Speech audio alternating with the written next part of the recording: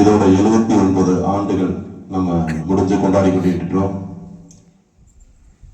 இப்ப இருக்கக்கூடிய சுதந்திர காற்று நம்ம சுவாசிக்கிறோம் அப்படின்னா அதற்கு முக்கியமாக இருக்கக்கூடியது பார்த்தீங்கன்னா நம்மளுடைய அதற்காக உழைத்த மாபெரும் தலைவர்கள். நான் பால் நடத்தும் நிறைய தடவை சொல்லியிருக்கேன். இந்த சுதந்திர தினத்தை கொண்டாடக்கூடிய நோக்கத்தை நம்ம தெரிஞ்சுக்கணும். ஃபர்ஸ்ட் சும்மா நம்ம சுதந்திர தினம் ஆகஸ்ட் மாதம் 15ஆம் தேதி லீவ் விட்டாச்சு, ஜாலி கொடி விட்டாச்சு அப்படின்னு தான் நம்மளுடைய ஒவ்வொரு மாணவர்களுடைய எண்ணமாக என்னது இருந்துட்டு இருக்குது. இதனுடைய முக்கியமான நோக்கம் சுதந்திர காற்று என்னது நம்ம சுவாசிக்கிறோம், சுதந்திரமாக என்னது வாழ்ந்து கொண்டு இருக்கின்றோம். இந்த நாள்ல நம்ம எவ்வளவு தூரத்துக்கு சுதந்திரமா இருக்கிறோமோ அதே மாதிரி இந்த நாள்ல நம்ம நாட்டுக்காக உழைத்த, பாடுபட்ட, உயிர் தியாகம் செய்த நல்ல உள்ளங்களை நம்ம இன்றுதான் அதை நினைவு கூறணும். இன்று மட்டுமல்ல, என்றுமே அவர்களை பத்தி நினைவை கூறணும்.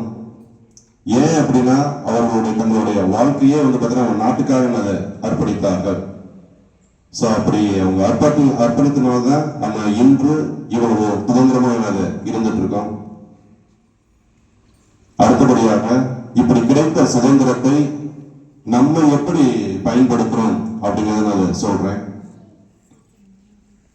இப்ப வர ஒண்ணும் இல்ல, அப்பா அம்மா உங்களுக்கு கொடுக்கக்கூடிய சுதந்திரம் பார்த்தீங்கன்னா நிறைய. அந்த சுதந்திரத்தை நம்ம எப்படி பின்பற்றோம் அப்படிங்கிறது ஒரு முக்கியமானது. குறிப்பா பார்த்தீங்கன்னா செல்போன்.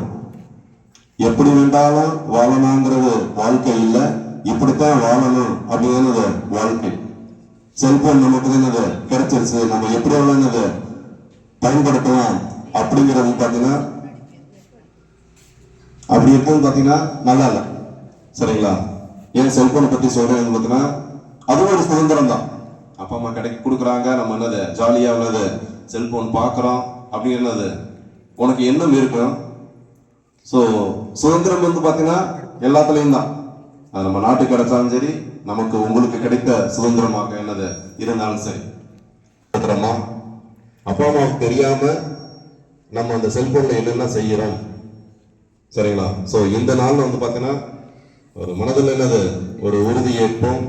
கிடைத்த சுதந்திரத்தை நல்ல முறையில பயன்படுத்தி வீட்டுக்கு நம்ம நாட்டுக்கு பார்த்தீங்கன்னா பெருமை சேர்ப்போம் என்று கூறி விடைபெறுகிறேன். நன்றி, வணக்கம்.